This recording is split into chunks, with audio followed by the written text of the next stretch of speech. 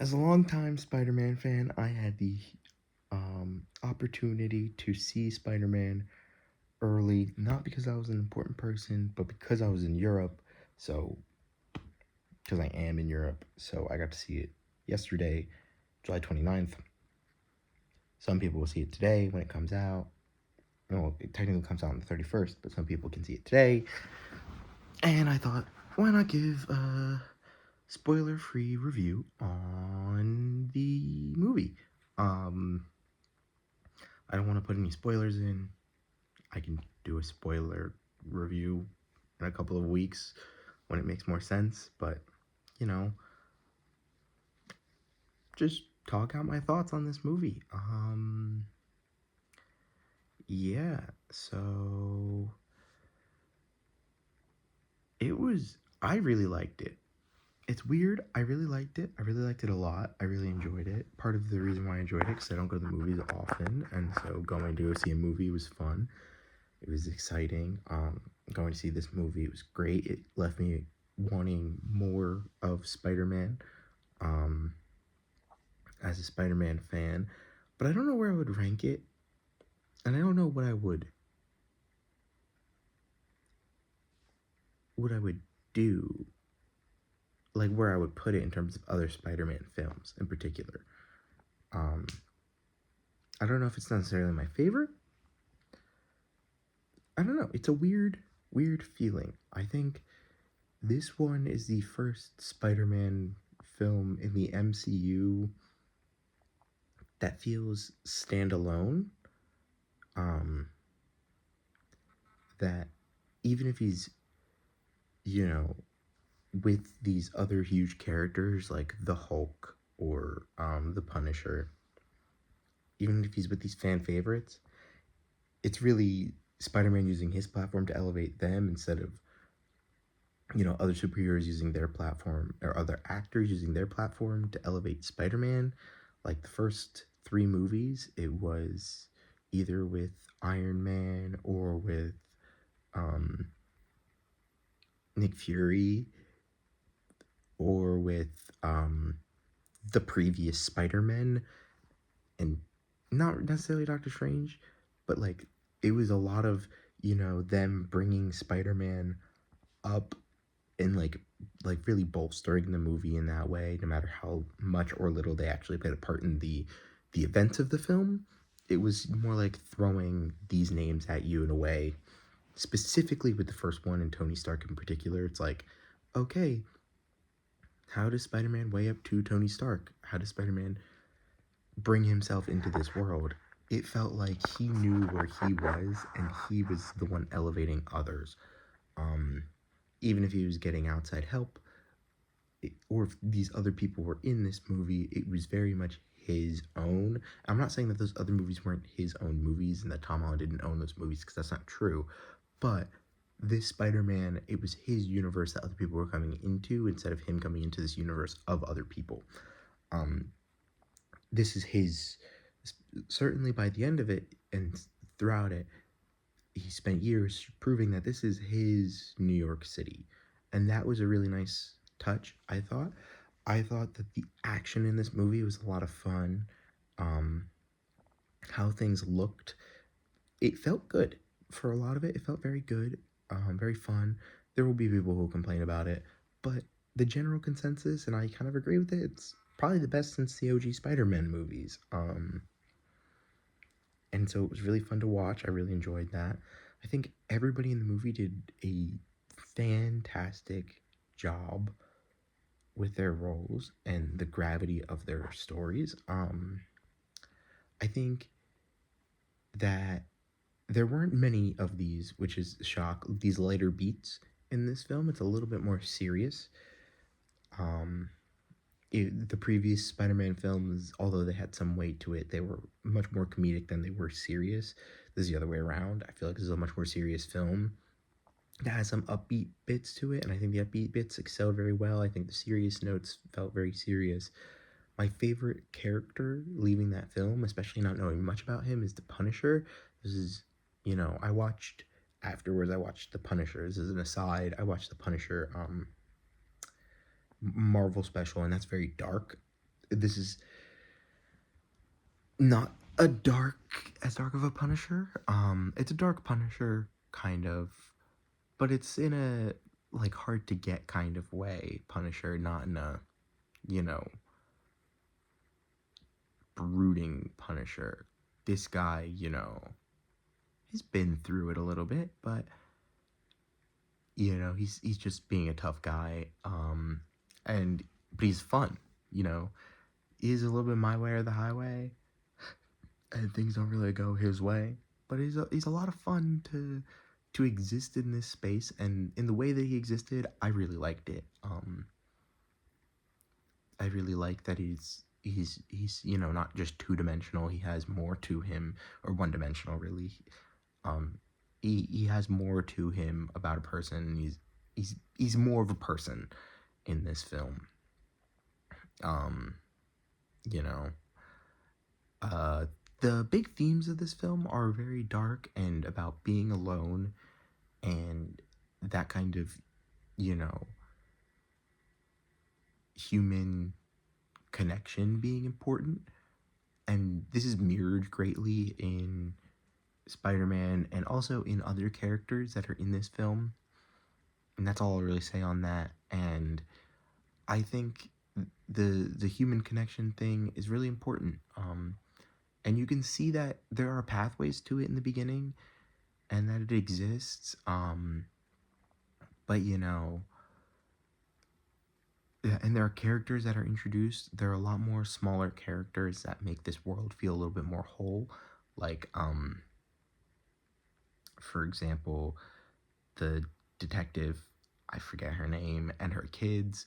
You know, these are people that Spider-Man works with in the beginning that they had been working with for years in the montage, leading up to the modern day of where Brand New Day is set.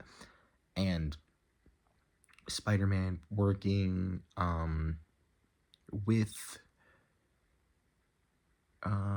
with these people, but not really having a relationship with them at least in the beginning of the film, maybe towards the end.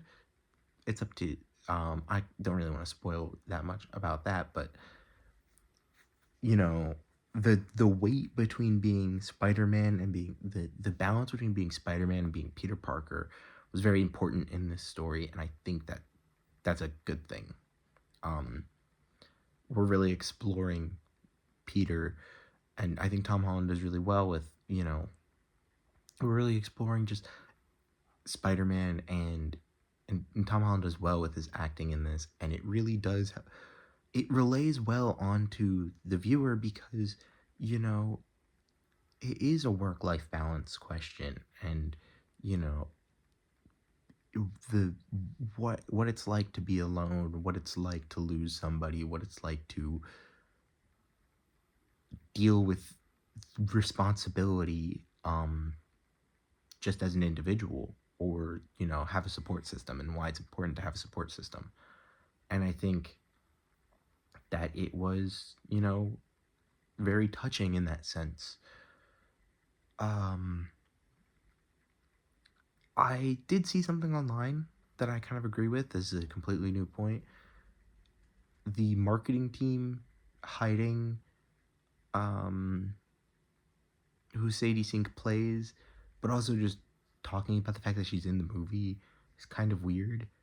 I don't know. In my opinion, you don't need to have her on the press tour if you're going to hide it, but you also don't need to hide it because it's kind of stupid. And the movie has its own twists and stuff within it that, don't need to exist. They don't need to be like, ooh, and who does she play beforehand? The viewer can, I think, even if you don't know about that and you don't care about that, like I didn't really care about the promo behind it. I just went in, I just watched the ads, or the trailers, went in, watched the movie, enjoyed the movie. You can find out what's happening as it's happening. You can, see the mystery unfold in a way, and the twists are still like, upon your first time seeing it, unless you're looking for it, you might not find it. You might not see why this exists the way that this exists. And, just, oh, who who is this person? What is their motive? You'll watch and it'll come across and it'll be completely fine on its own. So, I don't think that it was important that they did it the way that they did it, but they did it that way. And so, obviously I'm not going to spoil that. But I liked the twists in this movie. I liked finding out things when Spider-Man did. Um, and I like how they dealt with the things that had happened in the previous films. The whole world not knowing who Peter Parker is. And so Spider-Man and Peter Parker are two completely opposite people. Spider-Man, very well loved, has this large community, this big following, and people all want to be connected to Spider-Man. Staying anonymous, Spider-Man stays anonymous and keeps to himself, and thus Peter Parker is a lot of a nobody. And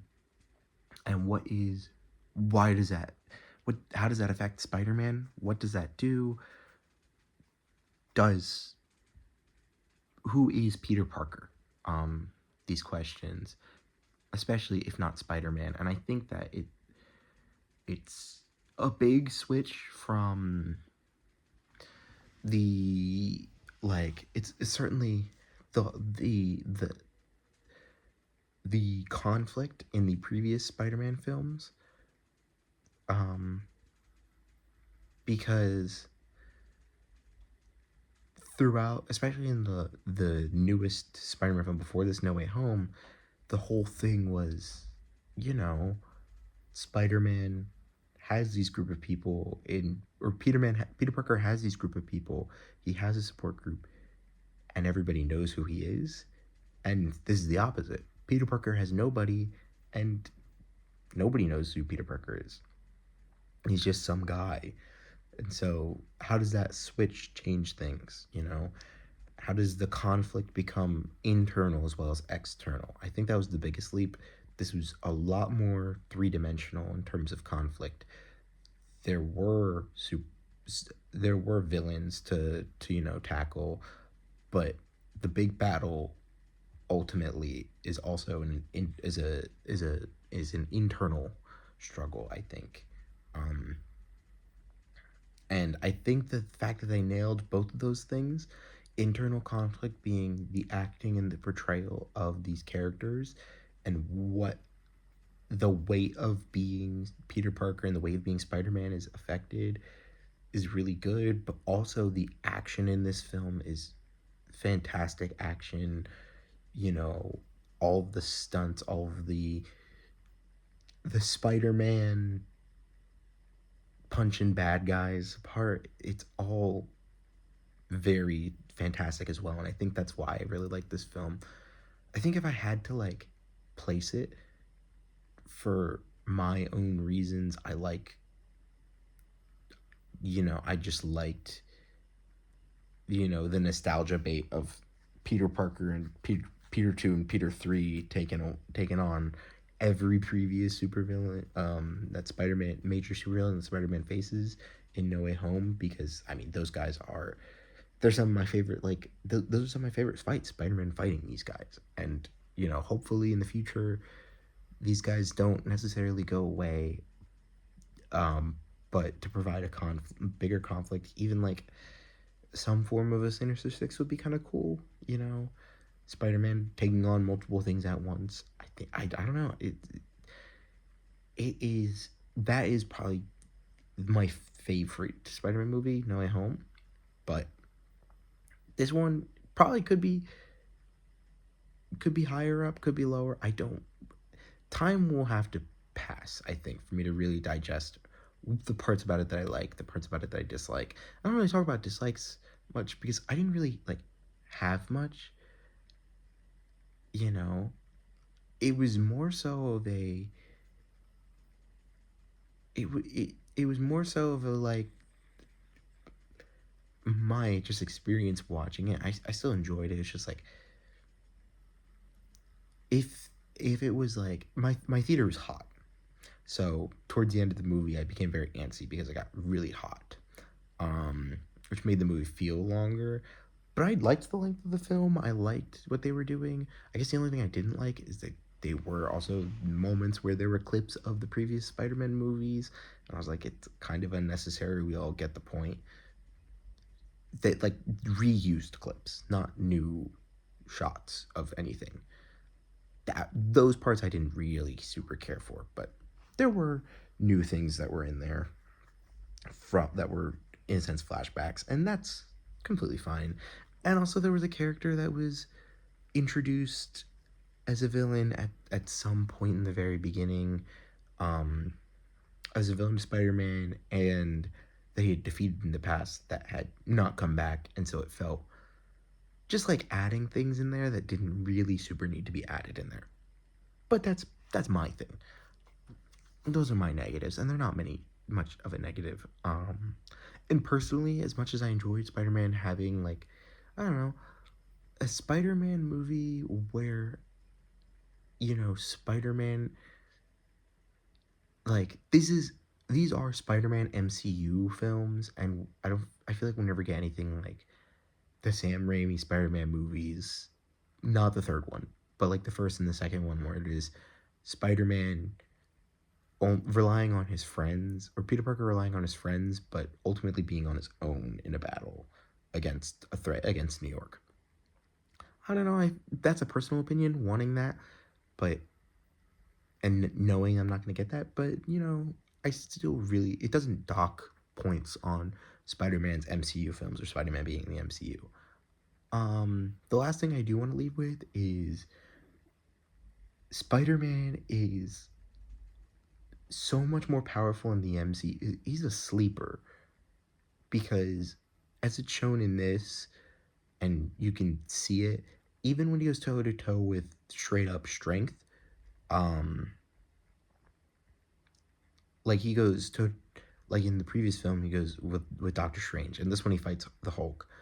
I won't spoil anything on that. I think that's a great action sequence, but I think you put him up against any superhero that he's fighting, as long as they don't instantly have the ability to just instantly turn person to a to shreds, like as long as they don't have the power to insta kill Spider-Man, the longer the battle goes, the more likely Spider-Man is to win. He is the strongest MCU hero in that sense, and I'll argue with anyone. I'll I'll literally die on that hill. I mean, he beat Doctor like in one-off battles in particular. He beat Doctor Strange in a fight. He um there was like he beat like he beats people who use tricks.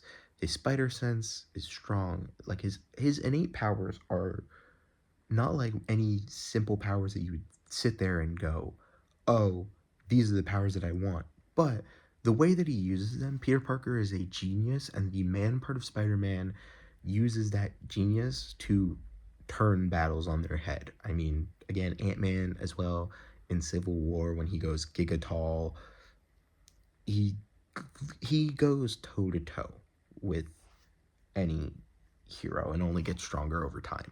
So it's just a joy. Like, obviously, you have like sheer strength of like Captain Marvel, who could just insta obliterate him in theory, and you have like Giga Chad Thor, who, if he had the power to like insta kill him, like these people could technically like kill him right away. And you have like the Eternals and stuff like that. I'm not talking about that, but I'm saying like once the battle goes longer, like I think I think the first 5 minutes into battle, once he's got it down, he's there. Tom Holland Spider-Man will win that battle. And I can't be convinced otherwise, seeing what I saw, especially in this film, that he, through his character, through Peter Parker being Spider-Man in particular, he is him. So yeah, that's all I have to say. Uh, I hope you guys go and see the film and enjoy the film, and I can have conversations about this with people. So yeah, enjoy. I hope you liked what you saw. Like and subscribe if you did, and enjoy.